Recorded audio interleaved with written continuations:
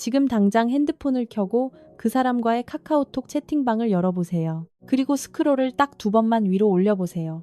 한눈에 보일 겁니다. 한쪽으로 완벽하게 기울어진 운동장 말이죠. 오른쪽, 당신이 보낸 노란색 말풍선은 온통 질문투성이입니다. 뭐해? 잘 지내? 언제 봐?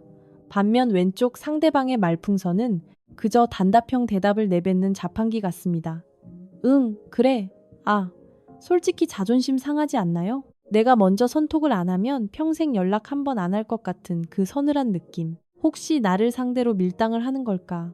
아니면 내가 그 사람의 어장 관리 속에 갇힌 만만한 물고기인 걸까? 별별 생각이 다 듭니다.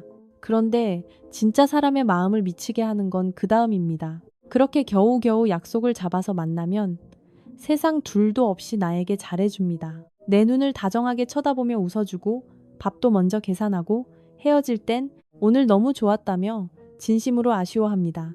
만나면 완벽한 천사인데 카카오톡 방에만 들어가면 유령이 되어버립니다.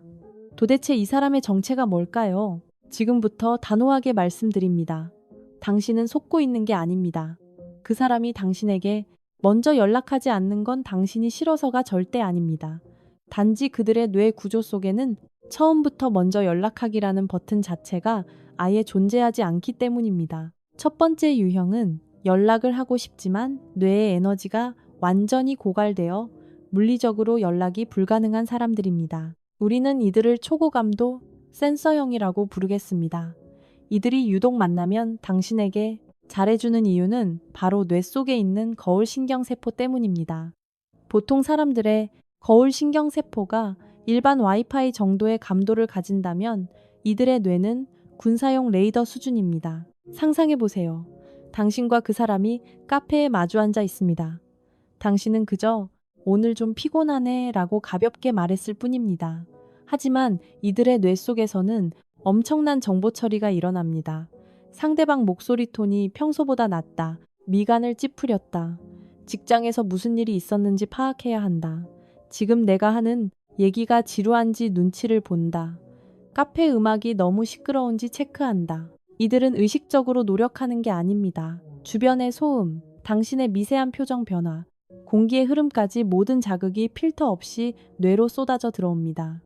그래서 이들의 배려는 뼈를 깎는 자기 희생적이고 섬세한 행동입니다. 하지만 뇌과학적으로 볼 때 타인의 감정을 읽고 배려하는 것은 뇌의 최고 경영자라 불리는 전두엽의 포도당을 엄청나게 소모하는 고강도 노동입니다. 당신과 3시간을 만나고 헤어진 후 집 현관문을 열고 들어가는 순간 이들은 마치 전원 코드가 뽑힌 로봇처럼 바닥에 주저앉습니다. 심리학적 용어로 인지적 동결 상태에 빠지는 것입니다.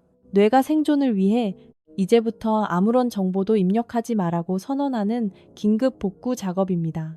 바로 이때 당신에게서 집에 잘 들어갔어 라는 카카오톡 메시지가 옵니다. 보통 사람에겐 가벼운 안부 인사지만 방전된 이들에게 이 알림음은 공습 경보, 사이렌과 같습니다. 답장을 하려면 꺼진 뇌 스위치를 다시 켜고 적절한 단어와 이모티콘을 골라야 합니다.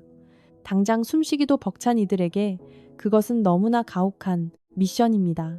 그래서 그들은 메시지를 읽지 않고 무시하는 안일십을 시전합니다. 당신이 싫어서가 아니라 지금 답장을 했다간 대화가 이어져 뇌가 터져버릴 것 같다는 본능적인 위기감 때문입니다.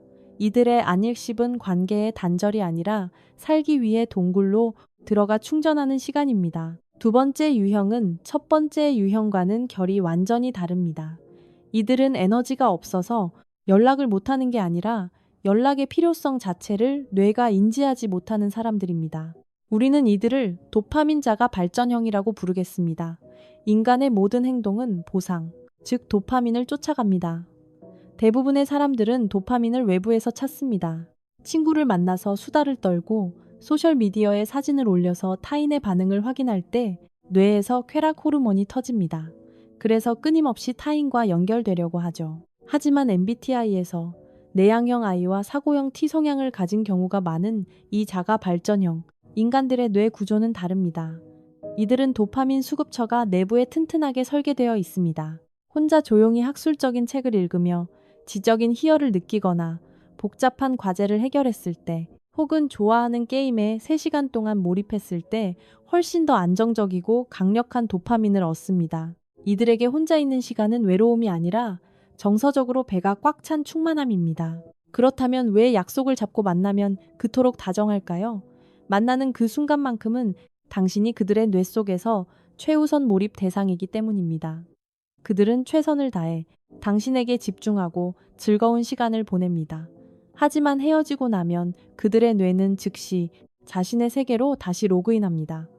심리학자 미하이 칙센트미하이가 말하는 플로우 상태, 즉 극한의 몰입 흐름에 빠지는 것입니다.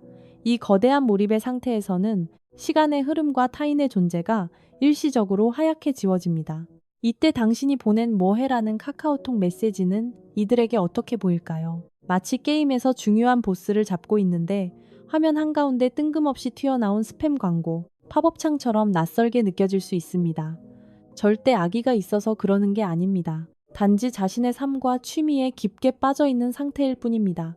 타인의 안부를 묻는 기능 자체가 뇌의 백그라운드 저편으로 완전히 밀려나 있는 잔인한 무심함일 뿐 결코 당신을 무시하는 행위가 아닙니다. 아니, 그래도 사람이라면 기본 예의가 있어야 하는 것 아닐까? 혹시 그냥 나를 어장 관리하는 것은 아닐까? 여전히 의심이 드는 당신을 위해 그들이 당신을 싫어하는 게 아니라는 결정적인 심리적 증거 2가지를 제시합니다. 첫 번째 증거는 그들이 카카오톡에서 자신의 생일을 철저하게 숨긴다는 것입니다. 이들의 카카오톡 프로필을 유심히 살펴보세요. 생일 알림이 꺼져 있거나 생일이 되어도 아무런 내색을 하지 않는 경우가 많습니다. 참 이상합니다. 남의 생일이나 경조사는 누구보다 완벽하게 챙기고 센스 있는 기프티콘까지 꼬박꼬박 보내는 사람들이 정작 본인 생일은 세상에 없는 날처럼 굽니다. 심리학적으로 이것은 관계 부채감에 대한 거대한 공포입니다. 한국 특유의 기프티콘. 선물하기 문화 속에서 타인에게 축하를 받고 관심을 받는 상황 자체가 이들의 뇌에서는 언젠가 갚아야 할 무거운 에너지 빚으로 번역됩니다. 겉으로는 쿨해 보이고 무심해 보이지만 사실 내면은 자신이 평소에 연락을 잘 안 해서 관계 유지에 에너지를 쏟지 못한다는 부채감과 두려움으로 가득 차 있다는 반증입니다. 정말 당신에게 관심이 없고 이기적인 사람이라면 애초에 남의 생일조차 챙기지 않았을 것입니다. 2번째 증거는 스몰 토크에는 알레르기 반응을 보이지만 딥 토크에는 환장한다는 것입니다. 밥 먹었어? 오늘 날씨 춥네? 같은 가벼운 일상을 카카오톡으로 보내면 안일십을 당하거나 아주 짧은 단답형이 돌아오기 쉽습니다. 이들의 뇌는 이런 영양가 없는 대화를 그저 백색 소음으로 인식합니다. 감정 에너지는 써야 하는데 정보의 투자 대비 수익률이 0%에 수렴하는 가성비 최악의 활동이기 때문입니다. 하지만 대화의 주제를 한번 바꿔보세요. 최근 그 사람이 관심 있어 하는 학문적 분야나 깊이 있는 고민 혹은 사회적인 이슈에 대해 물어보면 갑자기 장문에 카카오톡 메시지가 오거나 만났을 때 눈을 반짝이며 몇 시간이고 대화를 이어갑니다. 이것은 이들이 연락의 빈도보다 관계의 농도를 훨씬 중요하게 생각하는 뇌 구조를 가졌다는 증거입니다. 매일매일 의미 없는 인사를 주고받는 것보다 1년에 딱 한 번을 만나더라도 서로의 영혼을 울리는 대화를 나누는 것이 진짜 관계라고 믿는 것입니다. 자, 이제 원인을 알았으니 해결책을 알아야겠죠. 계속 먼저 연락하면서 자존심 상해하고 혼자 속 끓이는 관계는 이제 그만합시다. 그들의 뇌 작동 원리를 역이용하여 관계의 주도권을 당신에게로 가져오는 확실한 솔루션 2가지를 드립니다. 첫째, 심리적 퇴로를 열어주세요. 이들이 가장 공포스러워하는 것은 연락 그 자체가 아니라 빨리 성실하게 답장해야 한다는 압박감입니다. 이 압박감은 뇌에서 두려움을 관장하는 편도체의 비상벨을 울려서 회피 본능을 깨웁니다. 연락할 때 문장 끝에 안전장치를 하나 달아주세요. 바쁠 텐데 천천히 확인해. 답장은 시간 날 때 해. 급한 거 아니야. 부담 갖지 마. 이 사소한 한마디가 마법을 부립니다. 상대의 편도체에 켜져 있던 비상경보를 완전히 꺼주는 겁니다. 아, 이 사람은 내 에너지를 빼앗아가는 사람이 아니구나. 나를 닥달하지 않는구나. 이런 안도감을 느끼는 순간 그들은 역설적으로 당신에게 더 빨리, 더 편안하게 답장하고 싶어집니다. 둘째, 온라인을 버리고 오프라인에 집중하세요. 냉정하게 인정해야 합니다. 이들은 텍스트로 사랑을 속삭이는 타입이 아닙니다. 카카오톡으로 대화가 원활하게 이어지지 않는다고 서운해하는 건 물고기에게 나무를 잘 타라고 강요하는 것과 같습니다. 전략을 수정하세요. 온라인 연락은 최소화하고 카카오톡은 오직 약속을 잡는 용도로만 사용하세요. 대신 오프라인 만남에 모든 에너지를 쏟으세요. 뇌과학적으로 인간의 진짜 유대감은 옥시토신이라는 호르몬을 만들어내는데 이것은 눈맞춤과 목소리, 그리고 따뜻한 온도 같은 직접적인 상호작용을 통해서만 가장 많이 분비됩니다. 픽셀로 이루어진 스마트폰 화면으로는 절대 전해질 수 없죠. 만났을 때 그 사람이 좋아하는 음식을 먹고 대체 불가능한 즐거움을 선사하세요. 매일 주고받는 지루한 카카오톡 1000통보다 한 번의 강렬하고 행복한 만남이 뇌의 기억 중추인 해마의 100배는 더 깊게 각인됩니다. 셋째, 가장 중요한 마지막 솔루션입니다. 당신도 당신만의 세계로 떠나세요. 이것은 상대방을 위한 것이 아니라 오직 당신을 위한 궁극적인 처방입니다. 상대가 연락 없는 그 긴 시간 동안 당신은 무엇을 하고 있었나요? 휴대폰을 쥐었다 폈다 하며 카카오톡 채팅방을 들락날락하고 상대의 소셜미디어를 염탐하며 귀중한 에너지를 낭비하고 있지는 않았나요? 상대가 자신의 세계에 몰입해 있다면 당신 역시 당신의 세계에 몰입해야 완벽한 매력의 균형이 맞습니다. 진화 심리학적으로 접근해 볼까요? 인간의 원시적인 수렵 채집 뇌는 언제나 예측 불가능하고 활발하게 움직이는 사냥감에 강렬하게 끌립니다. 하루 종일 전화기 옆에 앉아 상대방의 연락만 기다리는 사람은 생존 가치가 낮아 보일 수밖에 없습니다.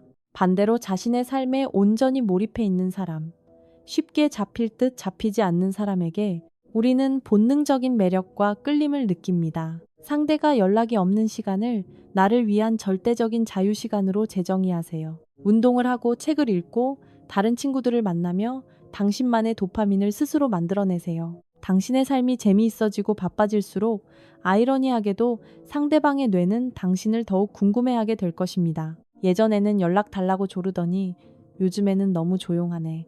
지금 도대체 무엇을 하고 살고 있을까? 바로 이 호기심이 생기는 순간 굳게 닫혀있던 그들의 연락 버튼이 눌릴 것입니다. 당신이 스스로 빛나는 독립적인 오라를 뿜어낼 때 비로소 마비되어 있던 그들의 먼저 연락하기 본능이 깨어납니다. 우리는 아주 어릴 때부터 관심이 있으면 연락을 많이 하는 것이 당연하다는 편견을 학습하며 자랐습니다. 하지만 이 세상에 존재하는 80억 개의 뇌는 80억 가지의 각기 다른 운영체제와 같습니다. 채팅 앱 아이콘에 떠있는 빨간색 숫자로 그 사람의 마음과 감정을 함부로 측정하지 마세요. 죽어도 먼저 연락하지 않는 그 사람. 어쩌면 당신을 무시하는 게 아니라 자신의 좁고 깊은 동굴 속에서 조용히 배터리를 100%까지 충전하고 있는 중일지도 모릅니다. 오직 두 사람이 만나는 그날, 당신에게 온전한 다정함을 전부 쏟아붓기 위해서 말입니다. 그러니 이제 핸드폰을 엎어두고 오늘 하루 당신 인생이라는 영화의 진짜 주인공이 되어보세요. 만약 이 영상이 오랫동안 당신의 머리를 아프게 했던 그 사람의 마음을 해독하는 데 도움이 되었다면 부담 갖지 말라는 따뜻한 말 한마디와 함께 이 영상을 그 사람의 채팅방에 슬쩍 공유해 보세요. 매일매일 사람의 복잡한 심리를 깊이 있게 이해하고 싶다면 구독을 잊지 마세요. 당신의 마음이 편안한 하루를 진심으로 응원합니다.